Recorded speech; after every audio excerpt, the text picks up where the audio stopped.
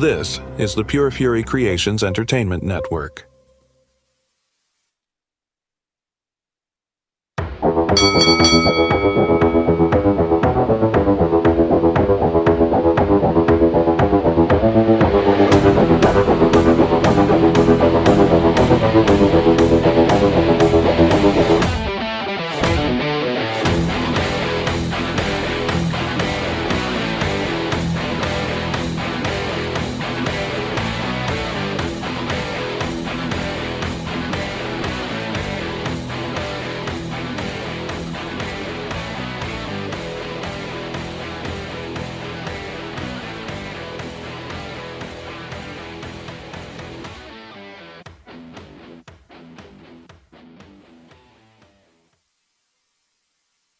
The Fatal Four-Way, live here on ONTV, along with Brian Bolf. I'm Jason Clouse. Conspicuous by their absences is the other half of our team here tonight. Fatal two-way. Double trouble, as it were. But be that as it may, Quadell Edwards is en route here. He got tied up in traffic. Apparently, Sean Grugel is unable to be here. We're hoping to hear from him via phone call later on here tonight. We have a lot to talk about here, Brian. We'll start with the breaking news that happened earlier this afternoon. We kind of saw this coming, although we were hoping that it was not going to be a thing, and that is Wrestlemania 43 is apparently heading to Saudi Arabia in March of 2027, and I don't know, man. There are some things that should be just left alone. I realize the business, any kind of sports and or entertainment, you have to evolve with the times. I understand that. But this was one of the things when TKO became a thing and WWE was put under this umbrella with the UFC. This was one of the things I was really worried about, that they were going to put profit over the fanfare. And that is exactly what's happening here, because you and I talked right before we came on the air here. Okay, they made this groundbreaking announcement. WWE is supposed to be all on board with this, but I just went on to one of the sites that I follow, and they took pictures of some of the talent that were part of this press conference. Not a smile to be found. No, it was Shawn, Undertaker, Seth Bianca, Rollins. Stephanie, Seth. Charlotte Flair. Charlotte Flair, yep. Not a one of them looked happy about this announcement, because Wrestlemania, for 4 decades has been the crown jewel, no pun intended, of sports entertainment. This is the Super Bowl of professional wrestling. It has traditionally been primarily held in the United States, with a couple of exceptions held in Canada. But now you're talking about going to a completely different other side of the world here. Yeah. You and I talked, as much as we would love to be a part of that WrestleMania experience, there is no way we're going to Saudi Arabia to take. We're not taking our families there. We're not doing anything with that, because number one, and I know this is going to get somewhat controversial, for me, I don't feel like this is a safe environment, at least not safe enough to where I'm going to be packing my family up, jet across the world to watch a wrestling show. You know what I mean? I mean, not only for you, until just recently, most women didn't feel safe. I just don't understand how... Already they priced everyone out. They already priced everyone out ticket-wise. Right. Like, I was talking to my wife on the way here. I was telling you that. I remember being a kid, working at Kroger, making $5.25. Me and my buddy sitting outside the Dow Event Center, and we were able to get front row tickets to a Thunder, a Nitro, a Raw, and I paid like $35. Right. You completely priced me out on being able to take my whole family to a wrestling event. Now, Amber said the last time she didn't go to it, Amber being my wife, because it didn't make sense for her, because she goes for us because the rest of the family likes it. Mm-hmm. But she goes, I can't see spending $200 on a ticket for me when it's not something I enjoy. Great point, because Samantha and I went to Monday Night Raw when it was in Detroit in August. We sat at the very top of Little Caesars Arena, and those tickets were $100 a piece. So if I can't afford the tickets, how am I going to afford the tickets and a flight to Saudi Arabia and a hotel? Yeah. And with the money that you're going to spend while you're there, like. It's absolutely insane, and this is going to lead. I'm going to use this as a catalyst for a segment later on in the show. Quadell Edwards is now with us. Oh, hey! Yeah. Say his name and he appears. Oh, it didn't work. We said your name a couple times. Yeah. We've been calling all kinds There's of a lot stuff. of I'm on a different kind of time, you know. I'm on a different kind of time. Oh, that might have been said. Yeah. Q, let's get your opinion on this. You know, we were worried about this. It came to fruition this afternoon, this groundbreaking announcement. Wrestlemania 43 is heading to Riyadh, Saudi Arabia. Taking Royal Rumble there next year was one thing. Okay, it was one of the big four. I wasn't happy about it, but I could understand. Now we're talking about the crown jewel of sports entertainment, the Super Bowl of professional wrestling, the biggest show of the year. And as Brian and I were just breaking this down, there is no way that he and I are going to even attempt to make plans to go to Riyadh to watch WrestleMania 43. And I got to believe that among the millions of wrestling fans in North America alone, I don't know, bro, this is not something that I think is going to be in the ultimate best interest of WWE. This is completely a TKO thing. What's your opinion on this?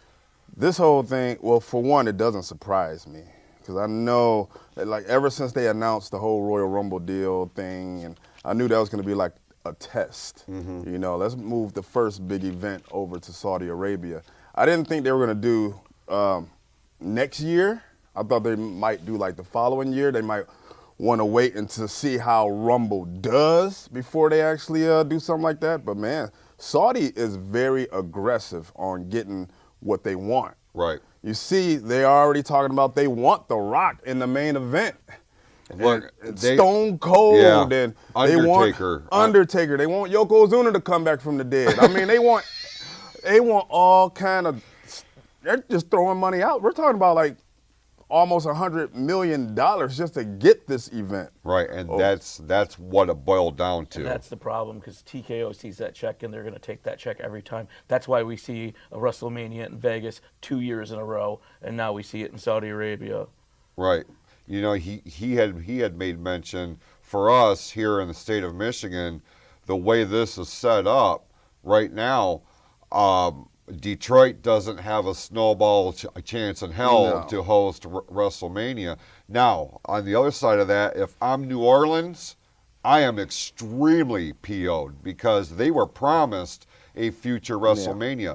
Minneapolis was promised a future WrestleMania. Now, all of these things are getting pushed back. Now, what's happening is, and again, we'll spend more time on this later on in the show, but you're not only pricing out your fan base, you're pissing them off at the same time. And when you get, you know, that kind of anger, like real anger involved in this, man, people are going to start turning away.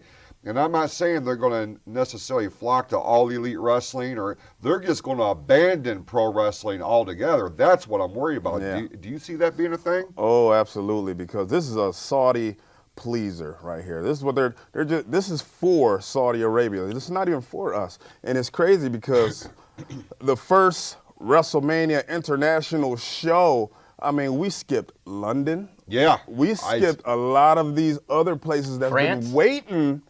And France, one of the best crowds that they have in the world, crowd. Mm-hmm. And we're skipping over them to go to Saudi Arabia. So that speaks volume right there. All for the almighty dollar. And when this came down the wire this morning, I was with my girl, and I said I would have been totally cool if they had done this at Wembley Stadium, because they have, you know, the British wrestling fans, they're very passionate too, you know, and they have had a couple of the All In pay-per-views from AEW. They had SummerSlam '92. Yeah.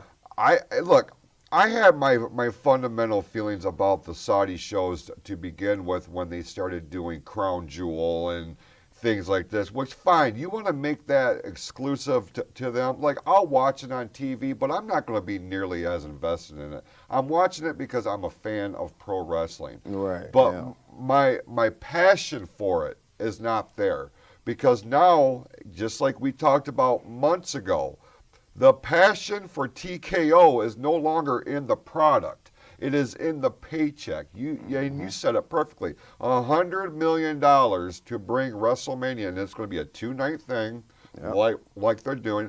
I look at this logo on the screen, and I'm not going to lie, it makes me sick, because you want to take Royal Rumble there, fine. You want to take the Survivor Series there, fine. Whatever. I'm not happy about it, but man, you are stripping of what you are, in my view, stripping away the magic that made WrestleMania what it is.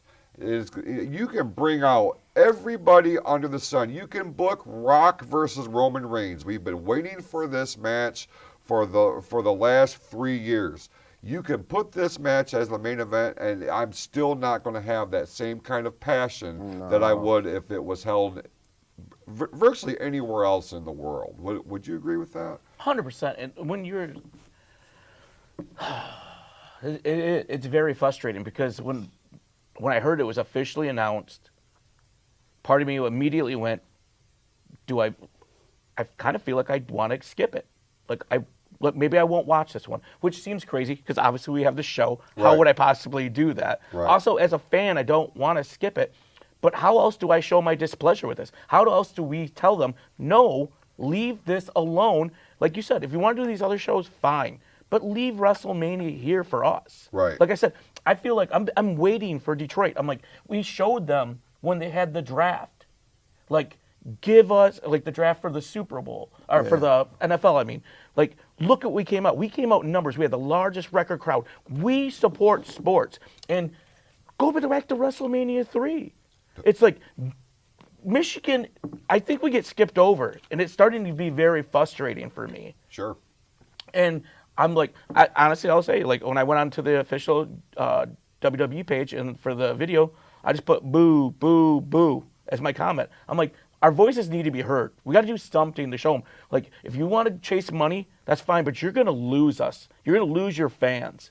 Because, I mean, we're talking about this, but like we talked earlier, the president, like one of the guys from TKO came out and said Vince McMahon was pricing tickets for families, and that's not what we do at UFC, and it's not, they're not expanding themselves to making the profits that they could. Yeah, because it's not about money sometimes. Right. Sometimes it's giving your fan base what they want.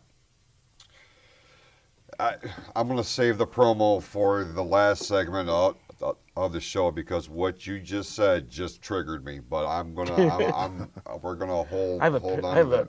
I trigger people a lot. So we will obviously monitor this situation as we get closer, because, like you said, we still have a couple of years to go here, a year and a half before we get to this point. Las Vegas, Nevada does get WrestleMania 42 this coming April, so let's kind of focus on that. But yeah, I guess if you are in the Kingdom of Saudi Arabia, okay, you're happy. Okay, I get it. Bravo to you. But if you are outside the Kingdom of Saudi Arabia, I gotta believe that the tipping scale is on the negative side in the grand scheme of things. Another piece of news that came down the wire this week and had me feeling a certain kind of way was this unfortunate news that wrestling legend, WWE Hall of Famer Jerry the King Lawler has suffered yet another stroke, his third one since 2018. Jerry Lawler is, when we talk about the all-time greats in professional wrestling, we're quick to mention names like Ric Flair, Hulk Hogan, Bruno Sammartino. Jerry Lawler has been wrestling for 50 plus years. Like, the guy has had a career unlike anybody else.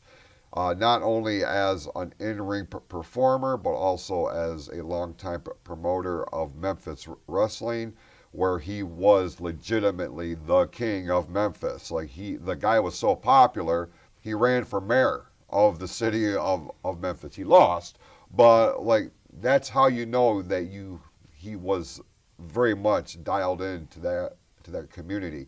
And along the way, he would gain national and ultimately worldwide recognition because of his contributions to the sport. First with the AWA, winning their world title from Kerry Von Erich in 1990, before making the ultimate move to WWE, where he had a good feud with Bret the Hitman Hart, which was very entertaining.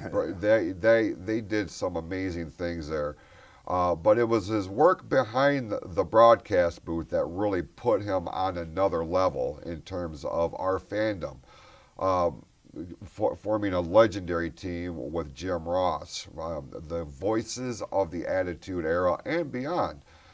But now he is at 75 years old, suffering yet another stroke here, and we wanted to take a moment and send our best wishes to Jerry the King Lawler, because, listen, it's unfortunate because he's not going to get his flowers until his final bell rings, and that's what I want to avoid, because when you talk about Flair, you talk about Hogan, you can add Steve Austin into that conversation, you can add The Rock into that conversation. These larger-than-life icons, Jerry the King Lawler needs to be put on that pedestal because of everything that he has done in the world of professional wrestling. Q, do you have a particular fanfare for Jerry Lawler? Have you been following him? Did you follow him when he was the king of Memphis? Yeah, I have a lot of fond memories of Jerry Lawler. Like, when you say king, a lot of people might say Harley Race, people might say Macho King, but when I hear king, I think Jerry Lawler. Yeah. I think Jerry Lawler, he is the king of Memphis, and he's the king of color commentary. Yeah.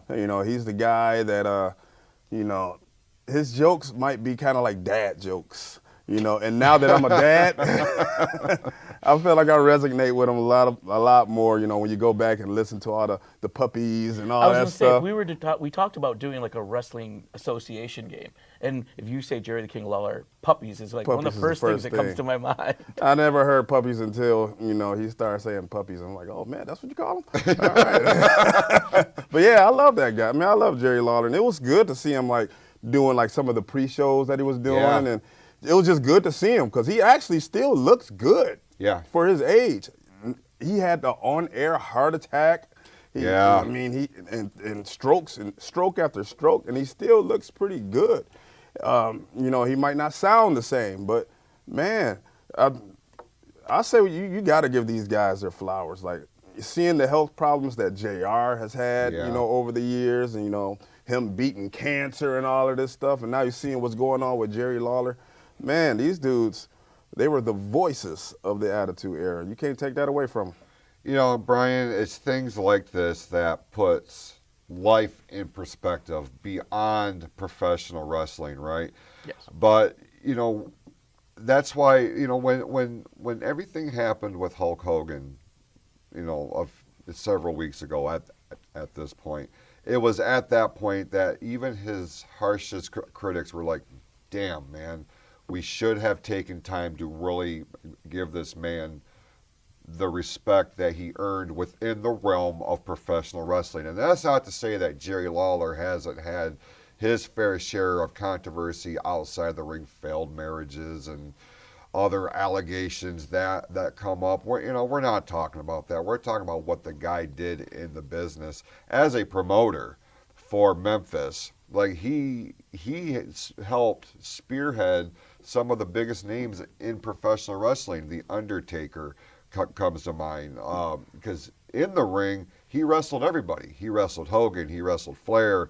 The Macho Man. Like, he had a Hall of Fame career before there was a Hall of Fame. What's your favorite part of Jerry the King Lawler's contributions to pro wrestling? Is it commentary? No, I mean, that's like the Attitude Era. Like, and when I think of commentary, if I don't think of McMahon and Jesse the Body, I think of Jim and Jerry, which scares me because like, what was Vince doing to cause these guys to have so many strokes? But other than the commentary, really for me, it was him and Andy Kaufman late night, because as much as people were like, wrestling's fake, that right there caused people to stop and be like, whoa, wait, is this real? Like, that was the thing for me when I think of Jerry. Like, that's the one that comes to my mind, because they were able to like pull the wool over people's eyes and make them actually stop and think like, man, I don't know, this might be something. For sure, and that was probably, that's what put him on the national map, because not only were the wrestling outlets talking about this, the slap heard across the world, but your regular mainstream news outlets had picked up on it, and kudos to both Lawler and Kaufman for making it happen, because David Letterman was out of the loop. He had no idea what was going on, and we didn't really know that until the biopic of Andy Kaufman had come out several years ago, Man on the Moon, I believe it was called. Because I wondered, I'm as dialed into pro wrestling as anybody is, and I was sitting there like, man, what all went into this? If you still watch that back even now, it's like, man, they did a great job. Yeah, man, he cuffed him too, knocked the spit right out of his mouth, man. It was crazy, absolutely crazy. All right, so we wanted to send our best wishes to Jerry the King Lawler for a speedy recovery. We saw him earlier this year after his most recent stroke. Monday Night Raw was in Memphis, and they had brought him out during a commercial break. I really wish they had done that live, but thank God that they had the cameras rolling so we were able to see it. So go on YouTube.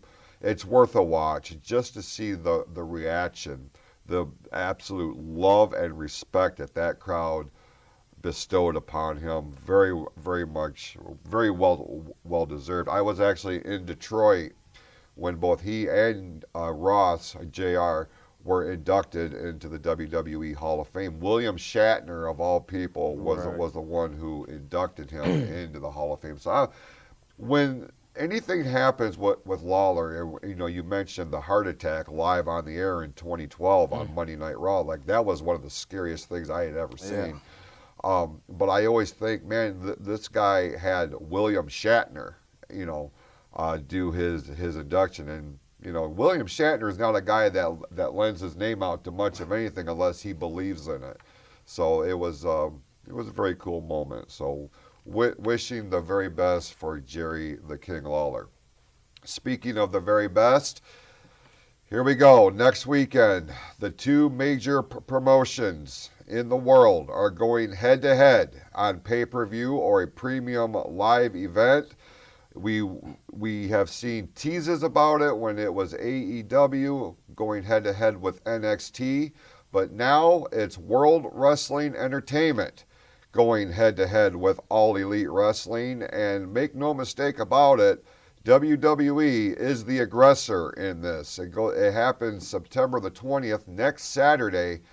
Both of these companies are putting on premium live events or pay-per-view events in the case of AEW, and they're pulling out all the stops. Well, I guess all the stops in terms of what they have at their disposal. That is certainly the case with AEW. They will be presenting their All Out pay-per-view event from Toronto, Canada. The problem is their star power is not there right now. A lot of their biggest names are off TV, are injured, and they're trying to do everything and anything to make this event must-see for the general the general pro wrestling fans. AEW fans, hardcore fans, they're going to buy this show. They're going to watch this show no matter what. You know, that's their brand, and I appreciate that. But if you are a casual pro wrestling fan and you're trying to get new eyeballs, new interest, I'm sorry to say this event is not going to be that for you. With the exception of maybe a big tag team match, and I mentioned this a couple of weeks ago here on the program, where Adam Copeland and Christian Cage are going to team up to take on FTR. But their main event, gentlemen, Hangman Adam Page is going to be defending the AEW World Championship against Kyle Fletcher. Now, take nothing away from the in-ring skills of both these guys, but when I see this at the top of the card, it's not enough for me to fork out the $49.95 or however much the traditional pay-per-view is going to be, because AEW is still very much operating on that pay-per-view model. Yeah. On the flip side of this, WWE very aggressively decided to jumpstart their debut on ESPN by presenting Wrestlepalooza live from Indianapolis. Sidebar, Indianapolis is also where College Game Day will be held on that day. And who's the co-host of that? One Pat McAfee. Very, very strategic move by WWE. And listen, there's a part of me that chuckles because they have the kind of power to make this happen. But I'm also kind of sad for a general wrestling fan, because now they have to choose one or the other, right?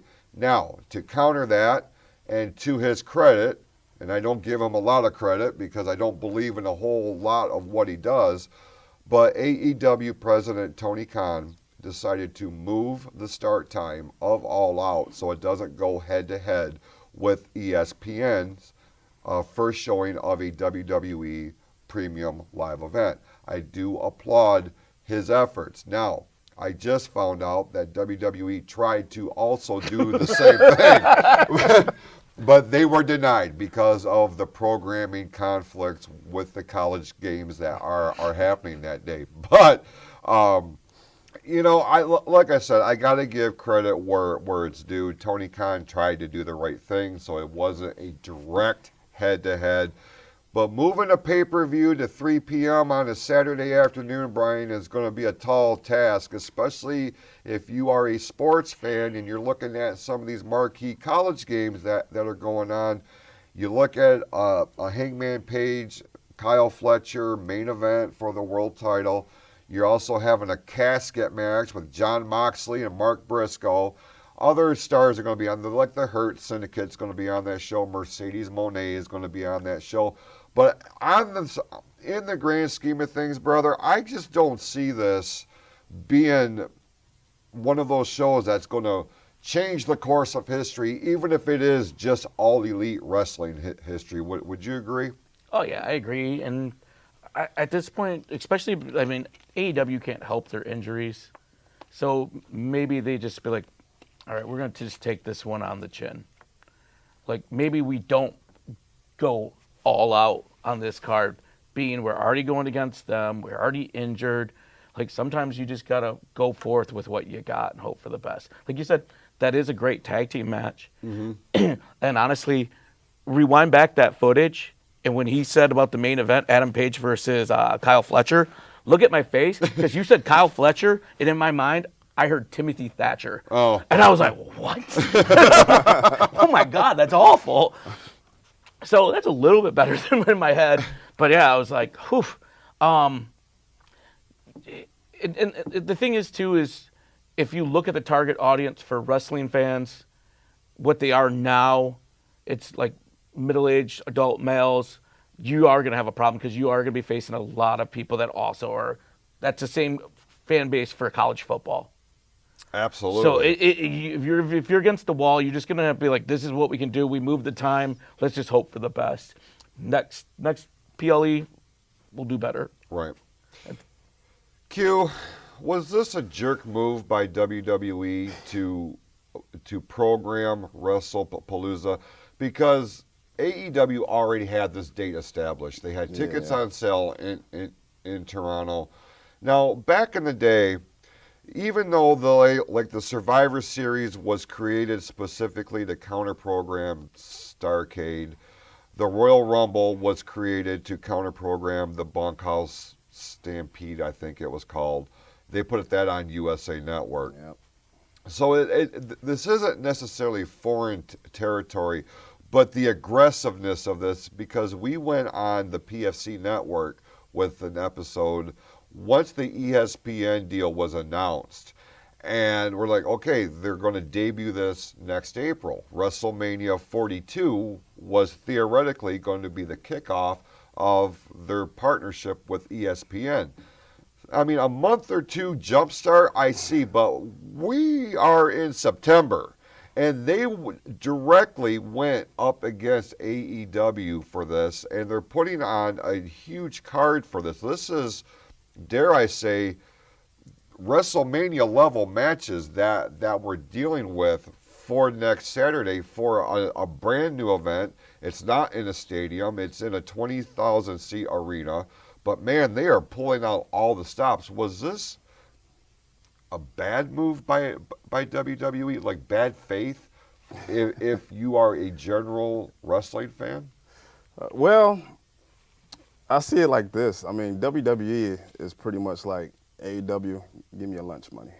You know, I'm going to jump you, I'm going to take you out back, and I'm going to beat you up. And I'm going to take your lunch money, I'm going to take your shoes. You know, WWE is like, they are very aggressive. And we see how TKO is. We just got done talking about them going to Saudi Arabia for WrestleMania. I mean, they're trying to choke the life out of AEW. Yeah. And you know what? As a fan, this is great. I mean, I don't want to see neither company go down. Like, I want to see AEW succeed as well, because there's content everywhere. We are not starving from content. No. I mean, there's content.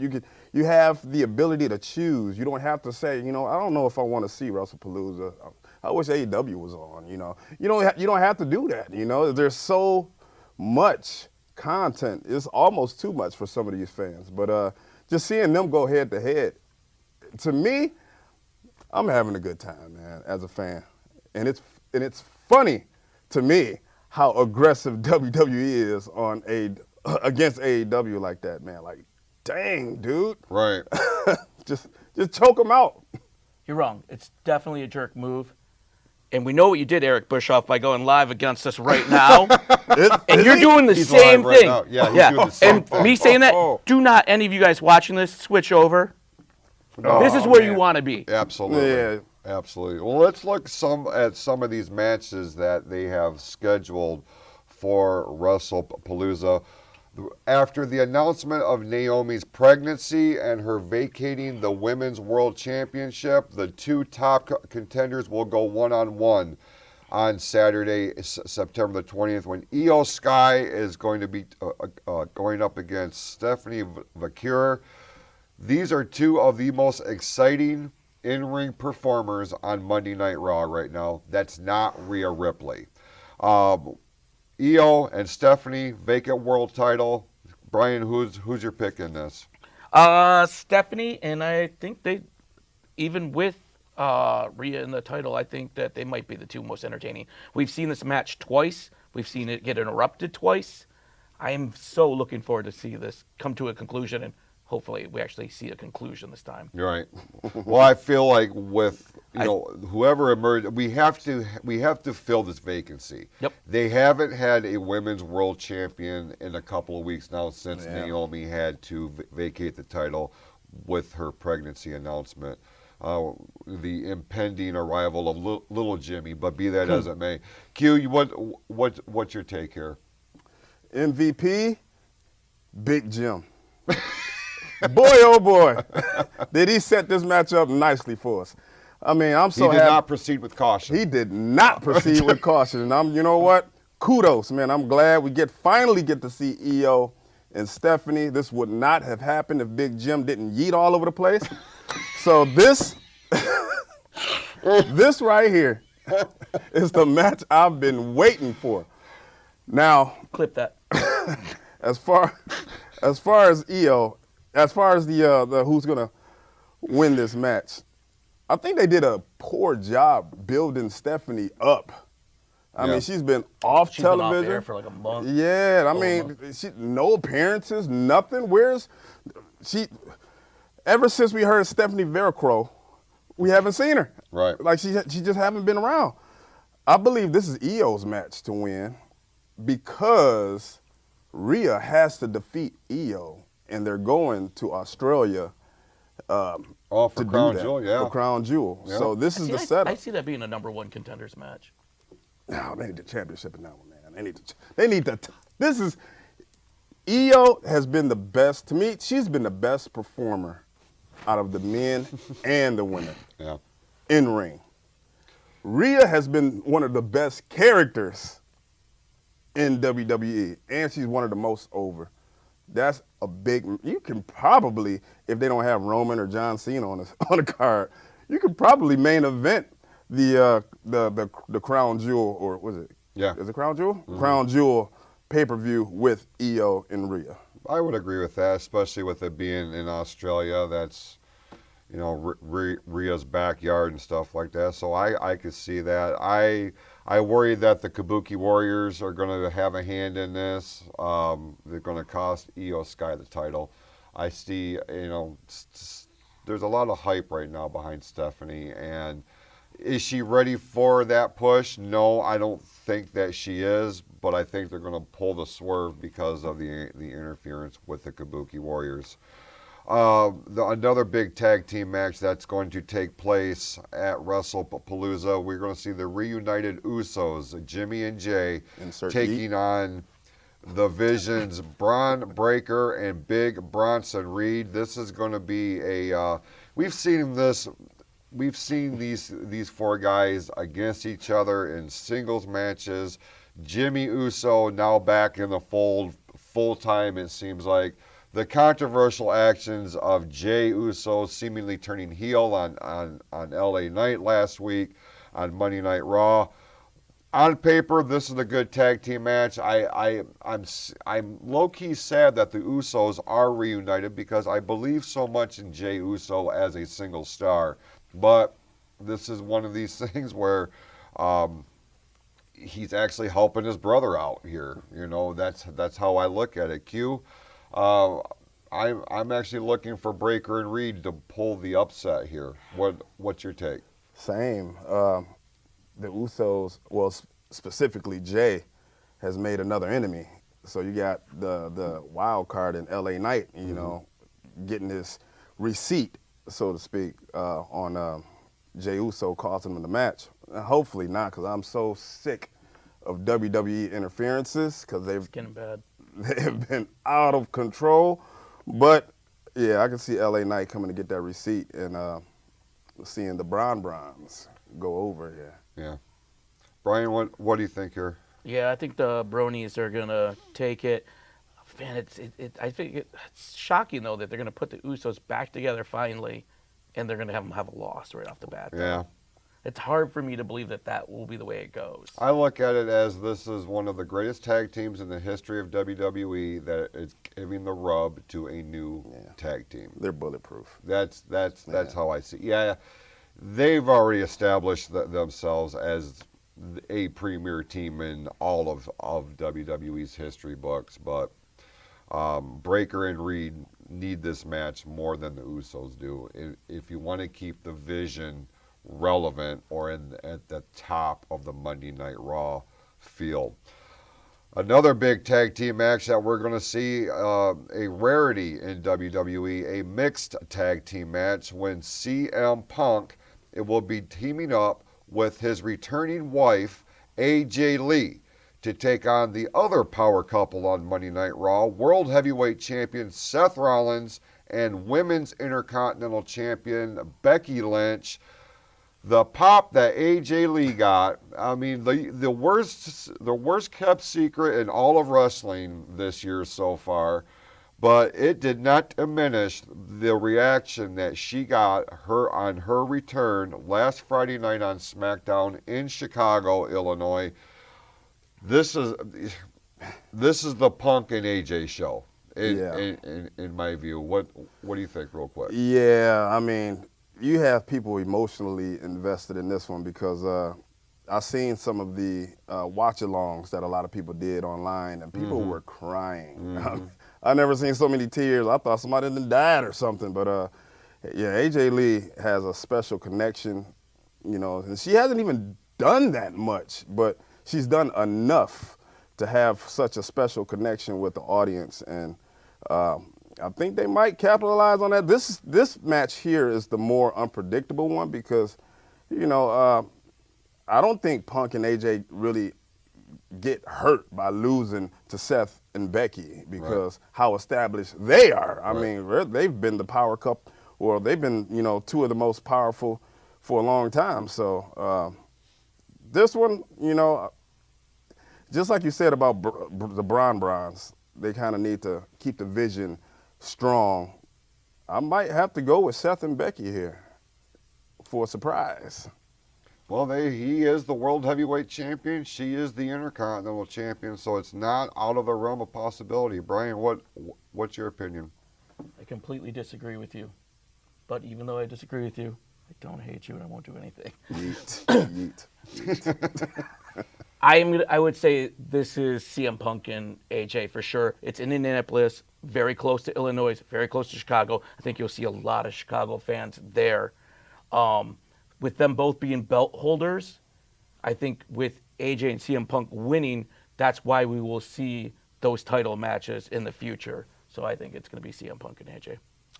All right, and then the match that this show was built around upon the announcement of the new WWE deal with ESPN, John Cena, the greatest of all time, as they say, the never-seen 17, will be going one-on-one with the Beast Incarnate Brock Lesnar. Anytime these two have hooked it up, Q, it has been nothing short of a brawl, hard-hitting. Blood is going to be spilled in Indianapolis, I feel like. What's your takeaway here? Yeah, probably Brock's blood. I mean, John Cena's blood is very expensive nowadays. Yeah, as far as this match, this is big, but there's so many other talent that I would rather see Cena in the ring with. Mm-hmm. You know, I can see Cena going over because you want to keep him strong towards his last match. So somebody, and I was telling Brian, you know, I would love to see like Oba Femi come up and be the last one and defeat John Cena. Then they just skyrocket him, give him that Brock Lesnar rub. Right. You know, so I don't see, Brock does not need to beat John Cena at all. I was kind of surprised that they brought him back for this, but this is very much the ESPN influence for sure. Absolutely. Brian, what's your prediction here? I without knowing the contract that Brock signed, I think it's kind of hard because we don't know how much how many matches he's signed up for. Is he coming back after this? Because if he's not really, like, it's definitely going to be Cena. Mm-hmm. But man, I could see them putting Brock over on him. But oh man, this one is 50-50 for me. I'll go Brock just to be the opposite. Let's just keep being divisive against each other. Yeah. Yeah. Well, I believe that. I think Cena is going to win this because you look. You're wrong. You look at their previous matches. Lesnar has dominated John Cena. See, I didn't know because this is my dark years. Yeah. I switch. No, I'm just kidding. All right, what we're going to do, we're going to run a quick timeout. When we come back, we will do this week's Mount Rushmore, and then we have a new segment that we are going to debut here on the show. If you have an opinion, you can call in the show at 810-277-3743. With that, the Fatal 4-Way will be right back live here on ONTV. 9, 8. 8. Are you or someone you know having thoughts of suicide or experiencing a mental health or substance abuse crisis? 988 connects you to compassionate, confidential support for free. 988. 988 is the new 3-digit dialing code for the Suicide and Crisis Lifeline. For years, the Lifeline, formerly known as the National Suicide Prevention Lifeline, has answered tens of millions of calls and helped people overcome mental health-related distress. 988 is the same trusted resource. When you call, text, or chat 988, you'll be quickly connected to trained crisis counselors who will listen to your concerns, provide support, and get you additional help if needed. There is hope. The Lifeline works. You are not alone in crisis. Just call, text, or chat 988. 988. Knowing how to identify signs of crisis in others and help connect them to resources like the 988 Suicide and Crisis Lifeline is an important way to prevent suicide in Lake Orion. For information about free suicide prevention trainings offered in our community, please visit the North Oakland Community Coalition at noccmi.org. 988. Have you ever thought of producing your own podcast? ONTV offers the facilities, equipment, and training to help you get your own podcast off the ground. Learn how to record your show and get it out to the world. Cost is $25 per person, which gives you access to ONTV's podcast room and equipment. For more information, give ONTV a call at 248-393-1060 or visit orionontv.org today. We welcome you back to the Fatal 4-Way live here on ONTV along with Brian Bolf and Hollywood Q. I'm Jason Clouse, and conspicuous by his absence, although he will be represented here momentarily with this week's Mount Rushmore. We welcome you back to the show. And with that, let's go to this week's Mount Rushmore. Brian, over to you, my friend. Hey, it's me. We decided we'd do something fun. We decided we'd pick our favorite PLE pay-per-view logos throughout the years. Show me that beautiful bean footage. There we are. My picks. The classic Halloween Havoc. Always been a fan. I'm a fall person. Mm-hmm. So to see the pumpkin and stuff like that, I loved when NXT picked it up and continued the tradition from WCW. One of my favorites. Bash at the Beach. I don't know. There's something about it. I always thought it was fun. I like this one. I also like there was one with the surfboards like this. Love that one. I think it's just fun. Then I had to jump off ship and go a little bit more indie. International. International, we'll say. Yeah, that's what the term will go. New Japan, The Battle in the Valley. I saw it. It makes me instantly think of the Karate Kid. Gives me my nostalgia vibes. I am 80s through and through. And to see it with the valley looking like the snake fangs from Cobra Kai, I was like, I don't know if that's what you were planning, but you definitely fit right into that vibe. My last one is Lucha Underground, the Aztec Warfare. I've always been a fan of all those ancient civilizations. You ask my wife, we go to the Chicago Museum. I'm like stuck in that section forever. She even warned the boys, like, hey, Dad's going to be standing here. He's going to be staring. He's going to be reading a lot. Just give him a couple seconds. They actually have one of those giant Aztec wheels made out of stone, and it's like 10 feet tall, like this thick. It's super cool to look at.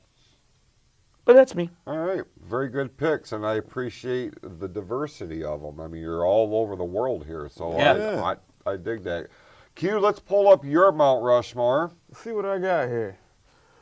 All right, so I went with Wrestlemania 23, which was held in Detroit. You know, so it was special.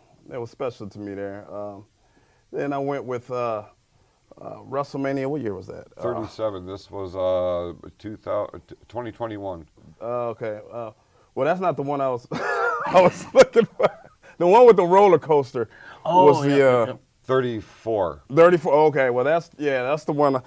You know, when I look at these logos, I think about the set. I kind of put it all together, and just that whole set was probably one of my favorite sets of all time, and I love the logo that went with it. My apologies. I went with what you gave me. Backlash. Stupid autocorrect.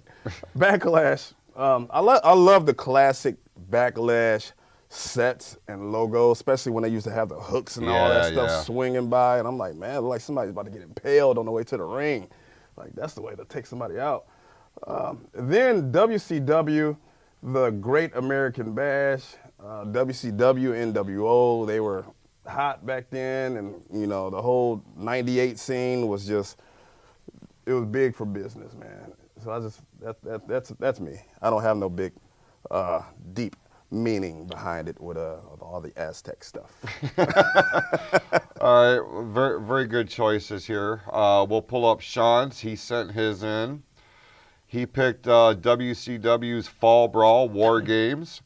He went with WrestleMania 3, which I was going to pick WrestleMania 3 just because of the Michigan ties and the Silver Dome and stuff like that.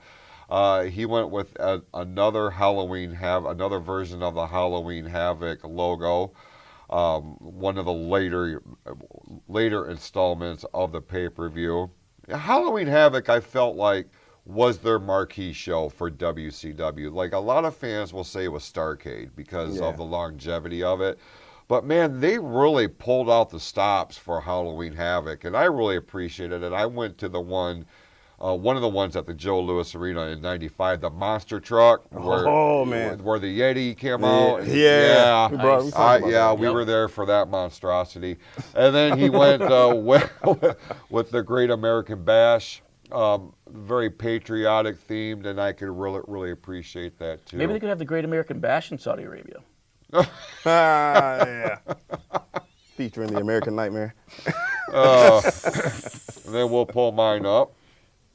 I went with WrestleMania 2. It is the only WrestleMania that has the actual number instead of Roman numerals Interesting fact. Yeah. And when they did the Open, like, you see how they did the two in with the separate lines in it. Well, one was for New York, one was for Chicago, one was for Los Angeles. And I really appreciated that. I went with the old school SummerSlam logo, very clean, very basic, very classic. But, man, you saw it on the ring apron, on the blue backdrop. It just really popped. Road Wild for WCW. I really appreciated that show because of the ambiance of it being outdoors in Sturgis with all the motorbikes around the ring. It was just a very cool vibe. It set that show apart from everything else. And then the original Survivor Series logo. I mean, it got no more classic than that, and I just wanted to pay homage. I've always liked the Survivor Series.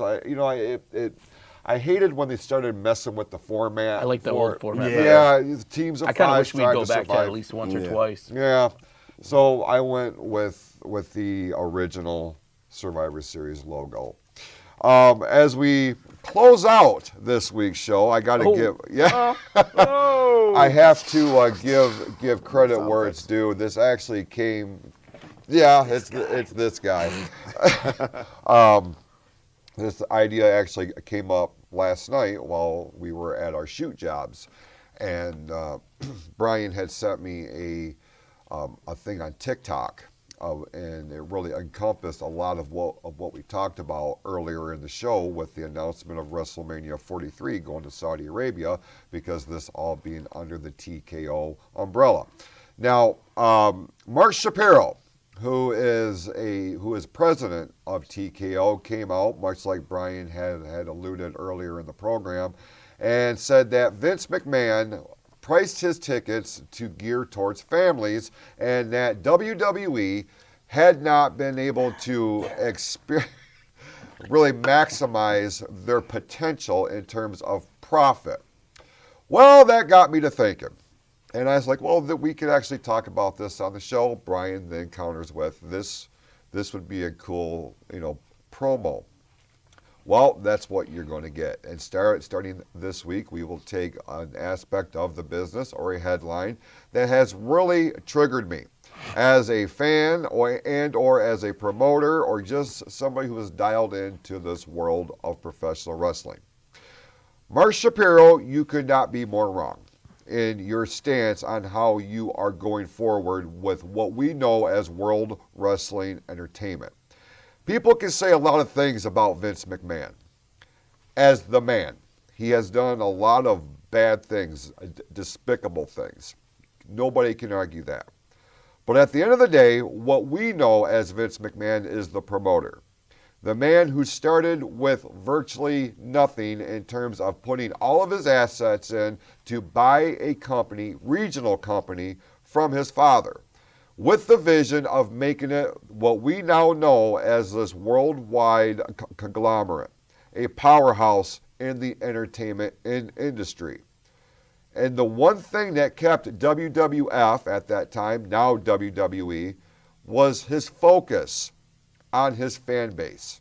You can say whatever you want about Vince McMahon as the man, but as a promoter, as a man who was running a wrestling business, he very much kept his finger on the pulse because he made it affordable. Bigger shows got bigger ticket prices, yes.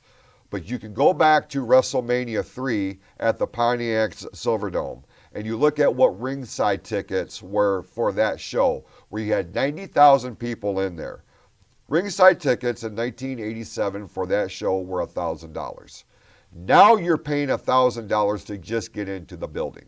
I went to Wrestlemania this year at Allegiant Stadium for one night, not both, one night. It cost my girlfriend and I over $1,000 to be in that building.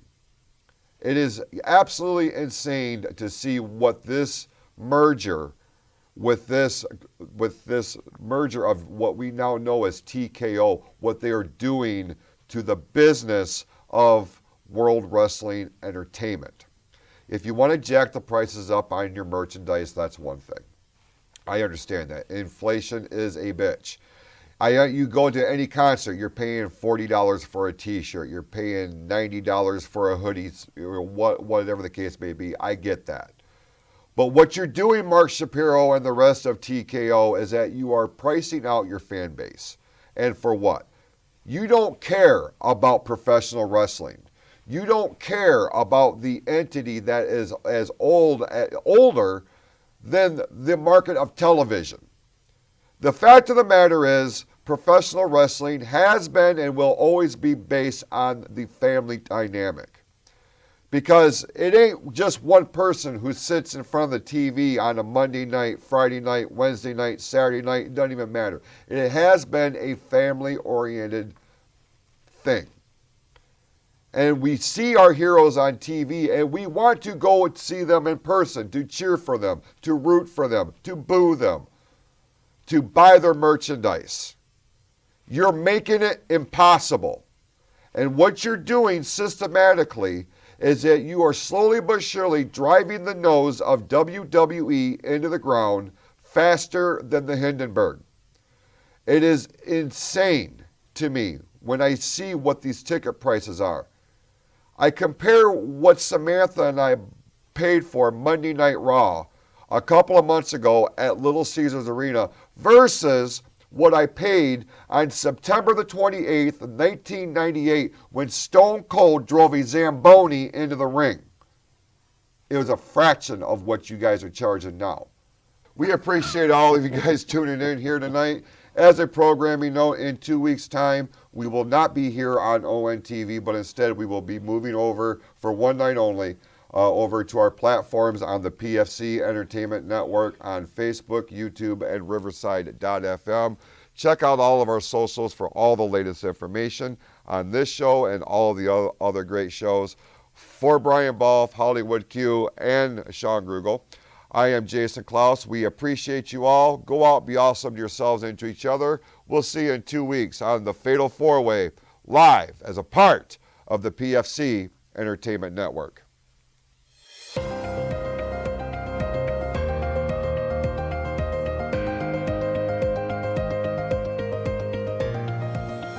This is the Pure Fury Creations Entertainment Network.